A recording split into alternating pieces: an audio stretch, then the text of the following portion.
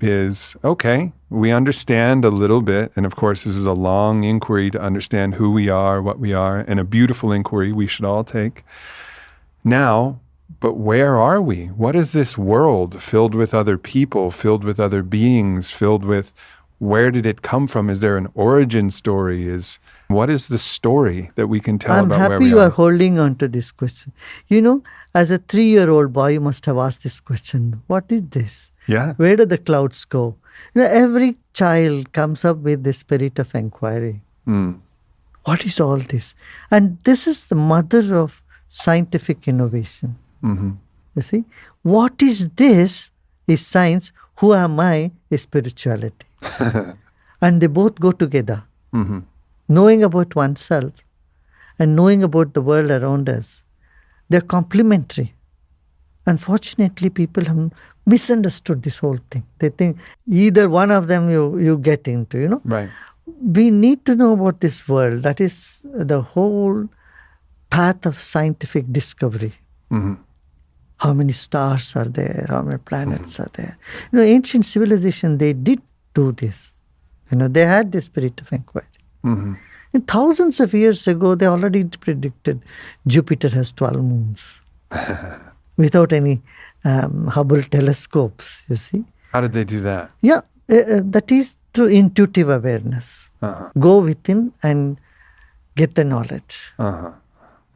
Which is actually something that science now says that you can't do. But what you're saying is there's a broader awareness of scientific inquiry in which you can actually go inside to find the truth. Now science has started to recognize in the cognitive aspects of the brain, of our mind, Other than the 5 senses, we can even cognize many things that is beyond the 5 senses. Yeah. And we are in such a beautiful and fortunate era where science is shaking hands with the ancient science of wisdom. I hope they stop shaking hands and hug and kiss each other and make love, because we need more. We need more union between them. It's a beginning, yeah. It's a beginning. First to shake hands. First to shake hands. They're not that bold enough to hug still. A little bit hesitation is there, but we have come a long way. I'm talking about, 40 years back when I used to talk about meditation, spirituality, yoga. People thought it's not for common man. It's not for mainstream. It's for somebody out there must be doing all these things. But today, I tell you, 2.5 billion people around the world are practicing meditation, yoga. Wow. That's a big number. Almost Big number. one third of the world's population. Mm-hmm. Progress. Is there an origin story for the cosmos, for the earth, that I know there's a lot of mythology in the Hindu tradition, and there's a lot of stories. And I think stories are perhaps the best way to understand things. You don't make the stories necessarily literal, but the stories point to the truth about how this cosmos came about. Are there stories like that? Oh yeah, there are plenty of stories on that. But whenever people ask me an origin of something, I only ask one thing. Can you please tell me which is the beginning point of a tennis ball? Then I'll answer that question. That's my condition. I always put that. Tell me what is the beginning point of a circle? I would say, if I had to answer that, if I was taking your inquiry seriously, I would say that it begins with an idea in the imagination of a consciousness. See, a circle, every point is a beginning and every point is an end. Uh-huh. So virtually there is no beginning, there is no end. Mm-hmm. You can't say tennis ball begins here and it ends there. Right. This is spherical thinking. We are used to thinking here linearly. So we want everything to begin somewhere, end somewhere. Mm-hmm. But there is another way of thinking, this spherical thinking. Mm-hmm. The Oriental philosophy always looked into this. Mm-hmm. They said beginningless and endless. Mm-hmm. Yeah. So it's all spherical. See, you look at the universe, it's all spherical. So you don't need to look for when it began. If you go Right. to Hawaii and you see there a coconut tree there, and so where did the first coconut came about? In the middle of nowhere, and you have coconut trees there. Did it come from Kerala? Did it come from Indonesia, or from California? You can go on these hypotheses, which may not be true. See, why not the nature put everything simultaneously in all the places? It's possibility. So this spherical thinking is something we need to look. Another example I would like to give you. So you keep a beaker of water and you put a pen there. The pen appears to have bent. Right? So when did this optical illusion began? When you observed it. If you don't observe, still it is there. Right. So it is not something which has begun. An illusion is not something which had a beginning. It is an appearance. Yeah. Appearance don't have a birth. Do you see what I'm saying? I do. And it breaks the way that we think about everything, because we've thought about everything in our life linearly. Linear. And you're inviting us into a mystical perspective in which we say, this is what is. Yeah. And this question of start and end is just the way that our brain is used to thinking about things. But Absolutely. here is an invitation to look at things differently and just say, this is what is.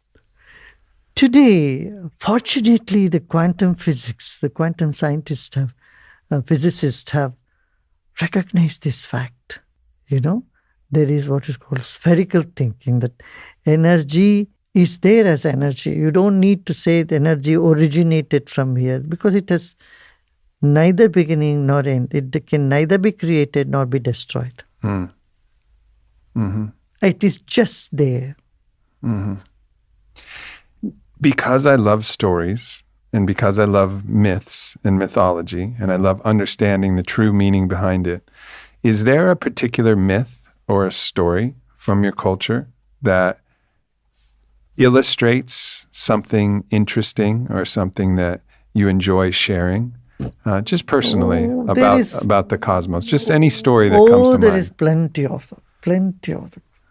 So many stories.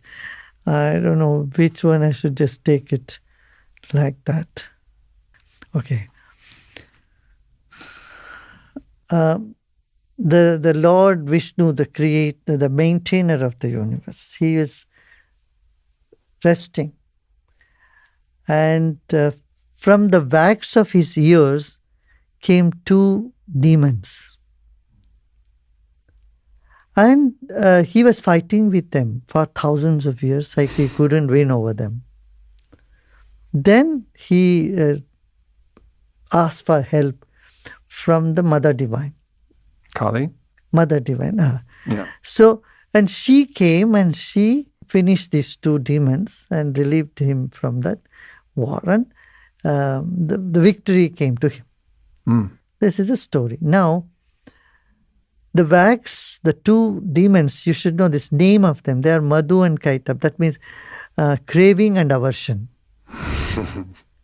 So your craving and aversion starts from your hearing. And if you keep fighting with them, you can never win over. But what can win over is a higher power, when more energy comes into you. When the awakening, the power of awakening comes within you, then cravings just drop, aversions just drop out of you. The two demons were slain inside the water. Now, water means love. Water means love. Love. So only with love you can transcend both craving and aversion. So within the water, these two demons were destroyed. But they couldn't be destroyed in the air. Yeah, you couldn't destroy him in the mind. You had to destroy him in the heart. In the heart.